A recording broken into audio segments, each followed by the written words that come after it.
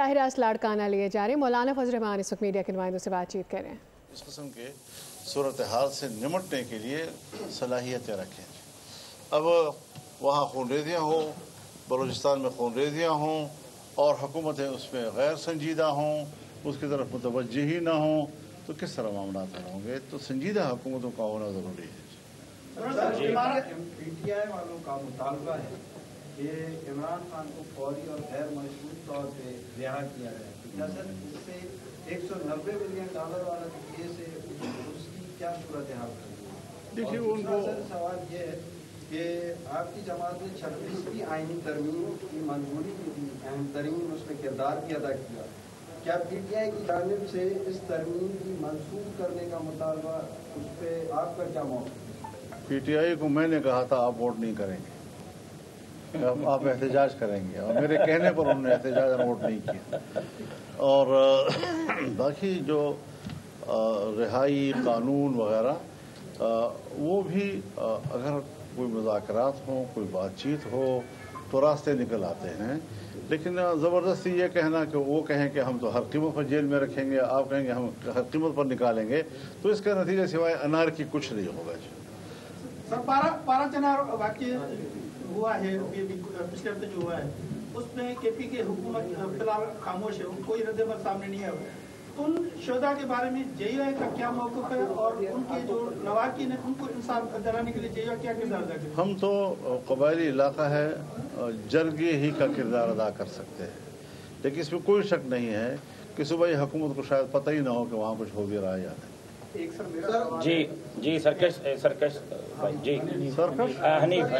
سندھو دریا پہ 6 کینال وفاق بنانے جا رہی ہے اور ان کا منصوبہ جو ہے سائٹ میں وہ ترمیم بھی کر رہے ہیں، تو جب اگر یہ کینال بنے تو سندھ کی زمین بنجر ہو جائے گی اور سندھ جو ہے سارے زرعی معاش پہ ہوتی ہے۔ دیکھیے ہم سب ایک قوم ہے، ایک ملک ہیں، اور یہ سارے معاملات جو ہیں اتفاق رائے سے ہونے چاہیے، ایک طرفہ طور پر کسی بھی صوبے کو احتجاج پر مجبور نہ کیا جائے۔ سر میرا سوال یہ ہے کہ پی ٹی آئی آپ کے ساتھ مذاکرات بھی کرتی رہی ہے، تو آپ کیا سمجھتے ہیں کہ پی ٹی آئی کو جو حکومت اسپیس نہیں دے رہی اس کی وجہ کیا ہے؟ اس میں اگر وہ میرے ساتھ رابطے میں رہیں تو میں کچھ حاصل بھی کر سکوں گا اور مجھے اندازہ بھی لگ سکے گا اور میں کوئی کردار بھی ادا کر سکوں گا۔ اس میں کوئی شک نہیں ہے کہ کارکن جو ہیں وہ یقیناً مخلص ہوا کرتا ہے، وہ اپنے کاز کے ساتھ وابستہ ہوتا ہے، قیادت کے ساتھ اس کی وابستگی ہوتی ہے، تو اس کے جذبات مخلصانہ ہوتے ہیں، لیکن کارکن کے مخلصانہ جذبات کو آپ ایک اعتدال کے دھارے پہ لائیں، ان کو ایک صحیح لائن دیں، یہ ہوتی ہے لیڈرشپ کی کوالٹی۔ آپ نے جمعیت کو بھی دیکھا، پورے ملک میں ہم نے ملین مارچ کیے اور پھر پی ڈی ایم کے مظاہرے اور جلسے ہوتے رہے، اور پھر آزادی مارچ جو تقریباً 15 لاکھ سے زیادہ لوگ لاہور اسلام آباد میں جمع ہوئے تھے۔ تو یہ ساری چیزیں ہوتی ہیں کہ آپ مینج کیسے کر سکتے ہیں، آپ اپنے کارکن کو صحیح راستہ کیا دے سکتے ہیں، ایسا راستہ کہ وہ جدوجہد کا بھی راستہ ہو اور وہ تشدد سے بھی محفوظ ہو۔ جی ڈاکٹر مولا بخش وہاں سے جو مطالبات آ رہے ہیں خاص طور پر یو ایس سے، کبھی برطانیہ سے، کبھی کہیں سے سنائی دے رہے ہیں کہ عمران خان کے ساتھ جو کیا جائے کہ اس کو باہر لیا جائے، اس کا کیا ہوتی ہے؟ میرے خیال میں اس کو پذیرائی نہیں مل رہی ہے اور اس کا خود پی ٹی آئی کو نقصان پہنچ رہا ہے۔ اس کو باہر کے مداخلت سے